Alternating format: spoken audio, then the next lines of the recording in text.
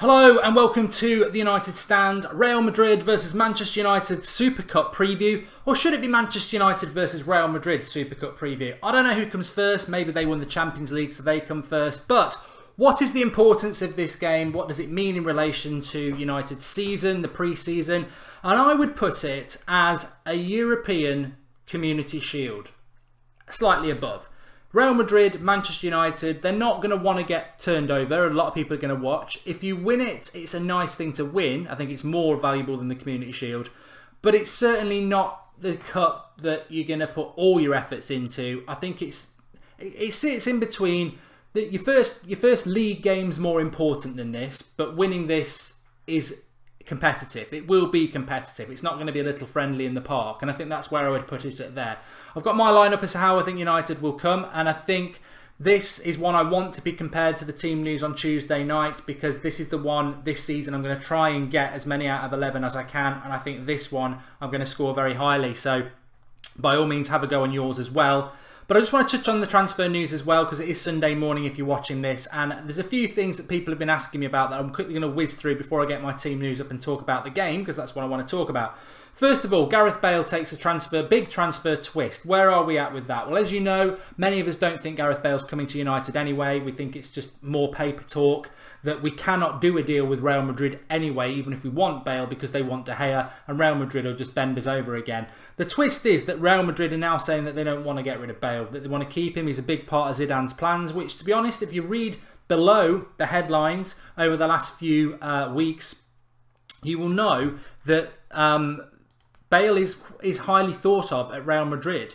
You will know that certainly the Presidente loves him, and Zidane quite likes him as well. So it was never always a bit paper talk that, oh, they're going to get Mbappe and they'll need to get rid of Bale. You could play Mbappe, Bale and Ronaldo. You know, Bale and Mbappe could play either side of Ronaldo. It could be Benzema that doesn't play. So that's one side of it. The other flip side to this transfer twist for Bale is that Man City and Chelsea are interested. And if Bale did leave Real Madrid, much like Morata, I could see Real Madrid sending him off to Man City. I could see Pep wanting to do that. So, and of course, we'd have the big headlines: United snubbed by Bale for City. I don't think United are in for Bale. I really don't. And I think he'll either stay or something stupid like he will go to City, and then it'll be like, oh yeah, take the L, United fans. But I will say categorically now, before it even happens, and it probably won't happen, I bet he'll stay at Real Madrid.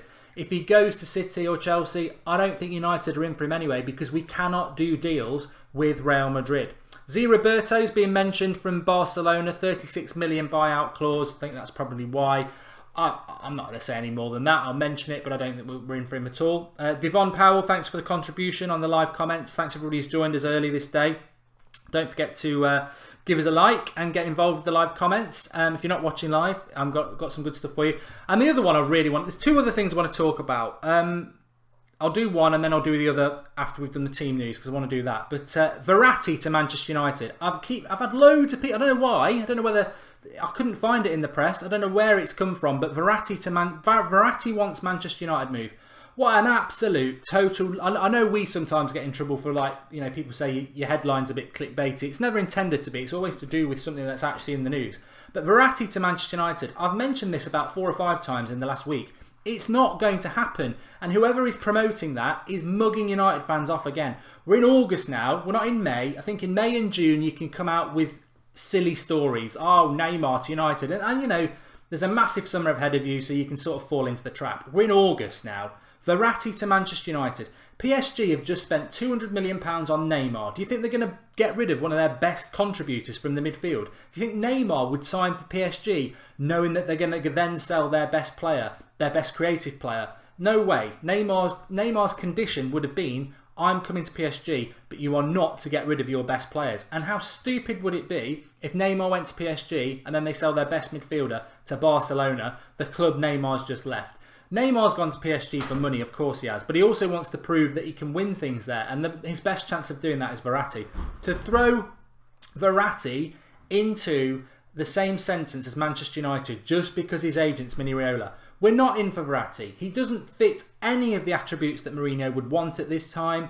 and we're not going to spend £100 million on Verratti. So wherever this is coming from, it is utter nonsense, and please, please, please do not fall for it, or do not even contemplate it, because I'd love Verratti at Manchester United, but to be honest, we've got more chance of signing Pele for Manchester United than Verratti. It's not going to happen. There's another player I'm quite frustrated about as well, which I'll come to you in a minute. But let's talk about the Manchester United versus Real Madrid game. Very excited about it. We'll obviously have a watch along on Tuesday night, and it is our biggest game of the season so far, the most competitive, against one of the best opposition so far. So this is how I think we'll line up against Madrid. And I personally think, I wouldn't normally bet, I'll bet I get 11 out of 11, but I'm pretty confident I'm going to get at least 9, probably 10 out of 11 from the starting lineup that I've just put up onto the screen there. Luca, I think our top scorer next season will be Lukaku. Very easy question, that.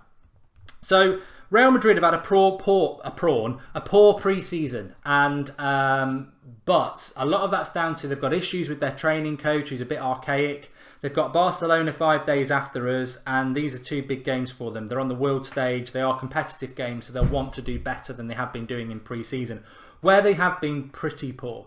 So they will put out a team. Ronaldo has been training. It's unlikely he will play, but he has gone back training. We presumed Ronaldo would not play in this game, but he has gone back training earlier than was expected.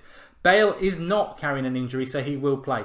So it will be a decent Real Madrid side who haven't really signed anybody of note yet, but they will have the usual suspects, your Ramos, your Modric, your Kroos, but Bale should play. No Ronaldo is obviously a big thing for them. I don't think Ronaldo will play, but you never know. So United's team, Valencia, Smalling will play because Bailly is suspended and Phil Jones is suspended. I think he'll play Smalling, Lindelof, Darmian to complete a back 4. As you can see, I think he'll go with the tried and tested 4-3-3. I'd love us to do a 3-5-2 against Real Madrid. I'd adapt that slightly. I'd have Smalling, Lindelof and Blind as the back 3. Darmian and Valencia would become the wing backs. But that's not the way we're going to play. We'll play the 4-3-3. Midfield 3 picks itself. Should pick itself. There's no logic to changing it. Daniel Keane says he'd be very surprised if that's not the team. Me too, Daniel. And it's JRX says Martial or Rashford in for Lingard. Yeah, I agree with that, but this is what Mourinho will do. This is not what I would do. Matic, Herrera, Pogba, I don't think anybody could argue with that if we play a 4-3-3. I think we'd be very upset if that didn't happen. Lingard will definitely play. Lingard will definitely play, and that is why I'm going with the 4-3-3, because you cannot fit Lingard in the 3-5-2 unless you're going to play him as a wing-back. So we'll go 4-3-3. Lingard will play. Lukaku will play up front. Mkhitaryan was the only one I was a little bit, out of the whole team, the Mkhitaryan was the only one I was questionable about. I thought, will he play Rashford? But I think surely he will play Mkhitaryan. So that is the team I think he will pick against Real Madrid. Is it the team that I would pick? No, I would go 3-5-2, but it's a big stage to try the 3-5-2. Hopefully he'll do it against West Ham a week today, because that's the big game. But can we win this game against Real Madrid? Of course we can. If this was being played in April and it's the latter stages of the Champions League and Ronaldo's firing and Mbappe's in a Real Madrid shirt and we are tired because the Premier League season is a lot harder than the La Liga, then I think we'd be facing a different Real Madrid side. But first game of the season, first competitive game of the season for them, I think they'll be colder than we are, and I think we can put up a fight. I don't think it's going to be massive. It could go to penalties if that's allowed, but I do think it'll be tight. I think it'll be 2-1 to United or Real Madrid, but I'm going to go for United. I don't think there's going to be loads of goals. I don't think it's going to be a fantastic game, mainly because Real Madrid, they're not really cooking yet, and I don't like the 4-3-3 for us. I think it makes us very... We don't bridge the gap. We don't bridge the gap very well between attack and midfield when we play the 4-3-3. And I don't like Lingard and Mkhitaryan out wide because they're not really wingers. And I think Lukaku becomes isolated. But I think defensively we'll be set up quite good. Obviously, no Eric Bailly is quite a big deal for us. But he is suspended, as is Phil Jones, as is Daley Blind. I think Daley Blind might be as well. I know they got that late ban last week. So we're forced into playing... Lindelof, obviously I would play him anyway, and Smalling, who I'm very happy with. Still got a problem with the left wing back position. Somebody just mentioned transfers there. I think Sergio Aurier will happen on Monday or Tuesday, and I think that will be a bonus. I've got no idea what is happening in relation to the left hand side. Shane S says Manchester United 3, Real Madrid 2. And David Bell says this will be the game where Rashford gets his first Super Cup goal. He's the only one that I think might start. I'm not going to predict it, but he might start because Mourinho loves him. But no, very, very looking forward to this game. If you've been with the United stand from the start of the season, you'll know that this is our 6th or 7th pre-season game now. It's been really good. I enjoy the pre-season, but to be honest, a bit like the transfer window, I'm glad it's parked for another year. It's great when it starts and you enjoy it when it's happening, but it's time to start now. And I tell you what, inside me is bubbling. Not that sort of bubbling up, although it's been a few days, but I'm bubbling with excitement because it is a week until the Premier League and I cannot wait for the Premier League season to start. I'm so excited about it. I hope it's not going to be a false dawn. Andrew Gilbert's made a contribution. Thank you, Andrew. He says, why will he play Lingard? There are better players. Andrew, I'm not going to go down that road about Lingard. Everybody knows what I think about Lingard. I'm not one of those who'd sell him. I just think he's a squad player and he shouldn't be anywhere near the United first team. But he will be. Mourinho's played him every game in the pre-season up until he rested him in the last 2. Lingard will definitely start this game. Can we win the title with Lingard in the team is probably a question we'll pick up this week. Hopefully got a good couple of guests this week, not normal guests. I'm not gonna say any more than that, but we're going to be sort of looking at the season ahead. So we'll bring that into it. Divon Powell's made another contribution. Thanks for that. Kalen Ross says we're going to win the league. Martial should get the number 7 shirt, says Amara Beckford. I'd love that to happen. And Ashray Kanzakar says Mata will start. I don't think Mata will start. I think Mata will, not in a 4-3-3. I don't see where Mata starts. Lingard will start. And I think Mkhitaryan might start on the left or he might play Rashford there. But the other player I wanted to talk about, I've dispounded this... discredited, this Verratti rumour. You know what? I'm very defensive of Manchester United and United fans when it comes to transfer news. And I know over the summer we've certainly spoken a lot about, and just to let people know, that noise you hear is not me letting out air. It is that there. I sit on a medicine ball because of my back, and that's just it moving around. Look, we talk about transfer news throughout the summer, but I think once you hit August, the first week of August, when the real football starts, it's time to start parking the nonsense transfer news and just focus on what is credible and real. And if you watched the show last night, a lot of good feedback on that. Brilliant show. Lots of questions from you lot. And if you're interested in the Fantasy Premier League, that's obviously on there as well. But really good show because we went through 5 transfers, big transfers that could happen in August for United and basically discredited all of them. So when we get mentioned about Verratti, I just think this is not the time for that anymore. Whoever's floating that around, it's irresponsible because some United fans will start to believe it. There is no chance for signing Verratti. I can tell you that now. I can bet anything. I tell you what, if we sign Verratti, I'll walk away from the United stand. Somebody will make it happen now. But it's just not going to happen. And it gets people excited about a deal that's just not going to happen. But another one I heard last night, Adam Holmes has made a contribution, is relation to Andreas Pereira. Apparently Andreas Pereira's future is not certain at Manchester United. It's still very much in the air. What absolute nonsense that is. It is total nonsense. Andreas Pereira is a Manchester United player and he will be a Manchester United player, part of Mourinho's plans. He might, slim chance, go out on loan to a Premier League club this summer. But I doubt it. And even if he does, that doesn't mean he's not part of United's plans. It just means that Mourinho has factored in the fact that he can't give him enough minutes. I think that's the same with Fosu Mensah. Fosu Mensah is a massive future for Manchester United, but I don't see the minutes, like last year, he will get in the first team. So it's far more beneficial to send him out to a team that's going to play him. And those people who are judging Andreas Pereira, they are doing it on a pre-season tour. They clearly haven't watched him play last season for Granada. He was one of the best players in La Liga, certainly comfortably in the top 10 players in La Liga last season in a team that got relegated. His pre-season's been a bit up and down, but I don't know what people expect from him. You know, most people don't know who he is, and they expect, I've heard a lot about Pereira, he's going to be like Messi in the midfield.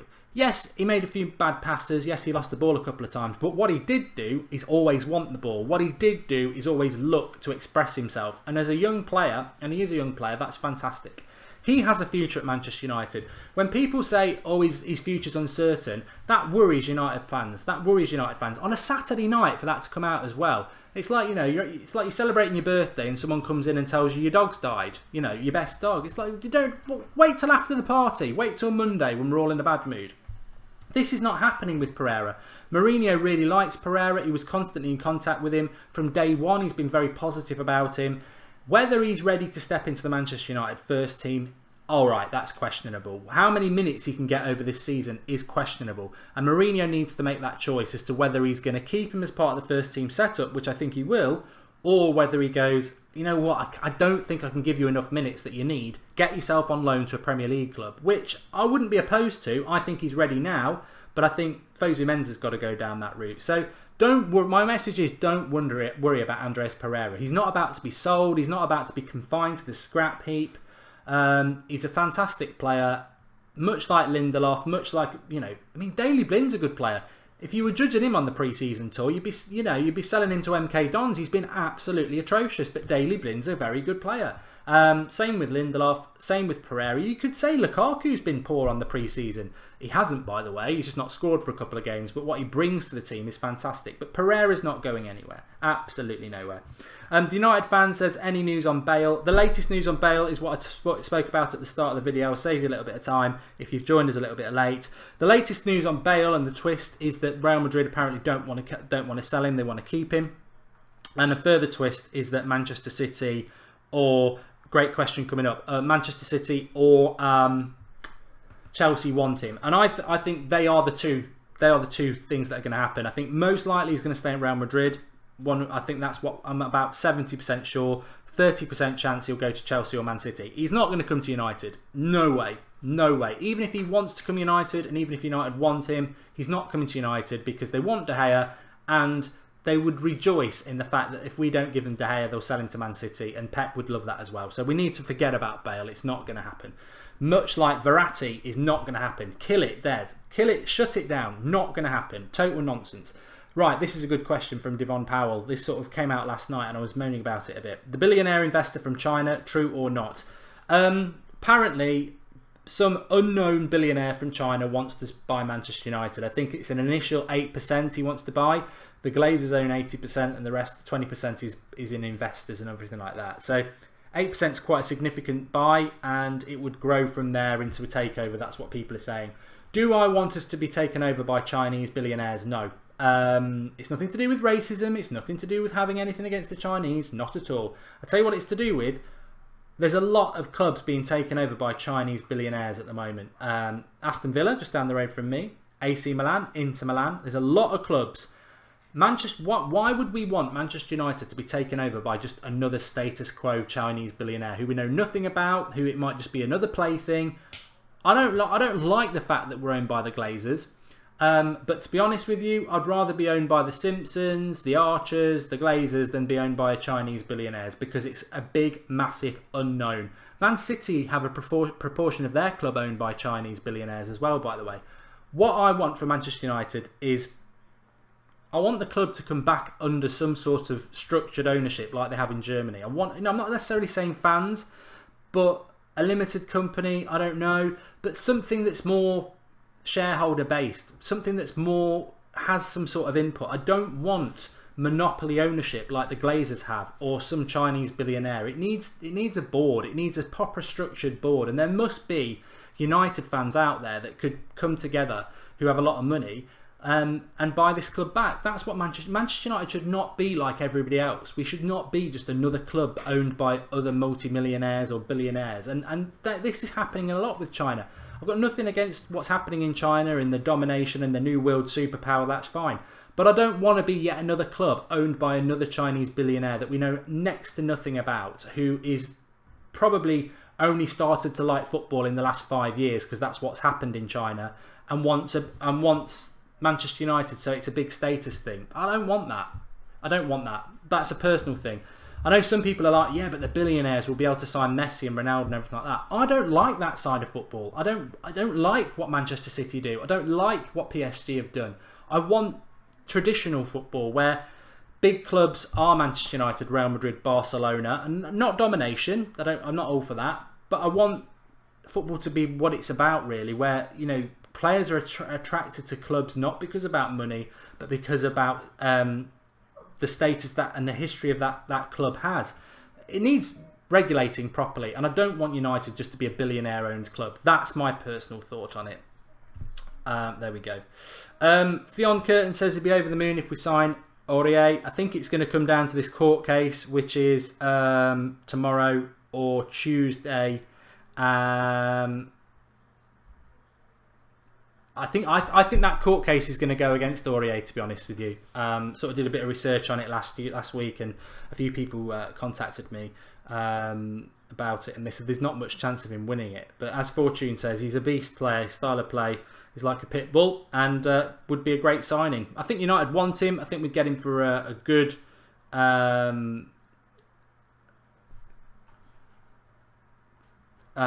good price.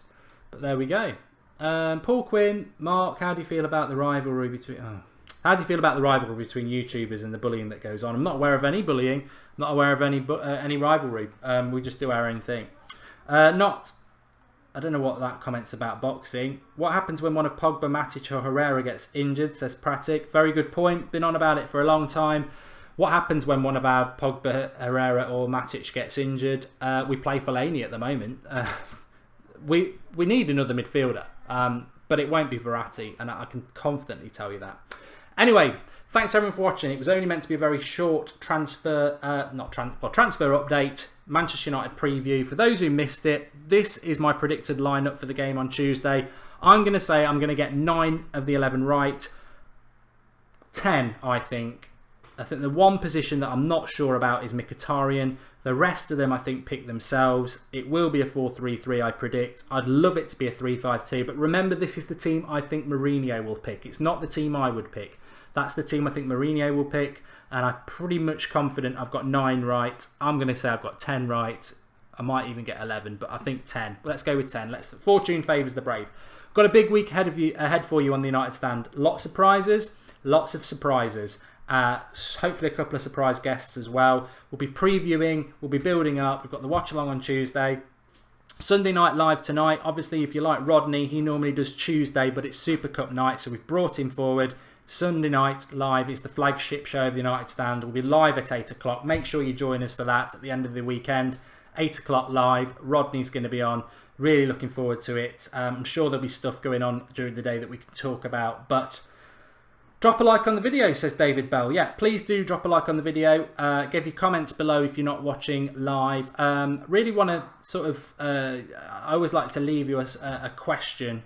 What my question is for today is, what do you think about the Gareth Bale transfer? Do you think he'll stay at Real Madrid? Do you think he'll move? And if so, where? I'll read some of those comments later. Thanks for watching. Back at 8 o'clock, unless something happens, which it won't.